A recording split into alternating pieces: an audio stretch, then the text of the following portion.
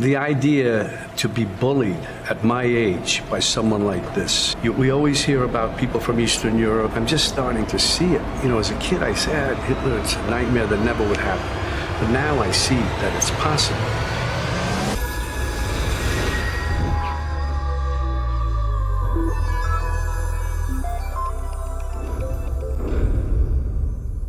Welcome back to Tracking That, a channel where we try to track what liberals are saying but end up not being able to as usual, and in this video we got Robert De Niro acting like a complete jackass as usual. He's one of the most prolific Hollywood celebrities with Trump derangement syndrome, and it stems from him thinking he was an alpha male because he was in a few badass films, but unfortunately he's not those characters in real life, and he's a low self-esteem equivalent of a college liberal that sees a cause and goes full steam ahead to activism territory so he can try to make himself look good around his surrounding Hollywood peers who all have the same view. And so in order to get attention, he needs to say bold things like Trump is equivalent to Adolf Hitler or a Nazi, and it makes your eyes roll straight to the back of your head. We need to call more people out for spewing such nonsense because Trump wants a safe America with a border closed, and he ended wars in the Middle East. Not a single time did he try to invade Canada or Mexico, which I'm starting to think we need to raid the upper parts of Mexico or threaten Mexico to handle the drug cartel because a wall might not just cut it. But there wasn't a single time where there was a breach of power, contrary to the Biden administration, who left billions of dollars of military equipment in Afghanistan and advertised to illegal immigrants to invade our country so they could get more Democrat voters.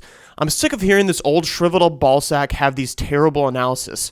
You have no upside in having this conversation, in speaking out against Donald Trump. You are making yourself a target. The interview will air, and he will immediately find a reason to talk bad about you in public. Yeah. But you're choosing to use your platform to do so. What do you say to other celebrities who don't want to alienate part of their fan base, don't want to step in harm's way, but they have similar megaphones that you do?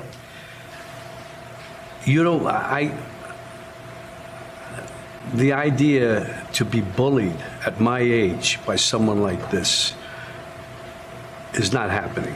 I'm pretty sure you were never bullied. No, as a kid, sometime this, that, but the point is not, and for the country, no. And I think other people are going to have to stand up and just, because it's either that or you're going to find yourself in a situation that's so terrifying. We always hear about people from Eastern Europe, the Jews from other parts of Eastern Europe, from Western Europe, coming over. Look what happened in France with the Nazis and so on, and they come over and you hear these, and when I was a kid, they'd say, "You don't really appreciate this country. You don't really appreciate what we know from experience." Imagine what those people went through. I'm just starting to see it. As a kid, I said Hitler, it's a nightmare that never would happen, but now I see that it's possible. And what those people, and sometimes I run into some people who are close to my age who are from Eastern European countries or even Nazi Germany. No upside to him having this conversation. Okay, then don't speak about it. The average American is sick of hearing these privileged Hollywood celebrities have this platform when you alienate half of the fan base.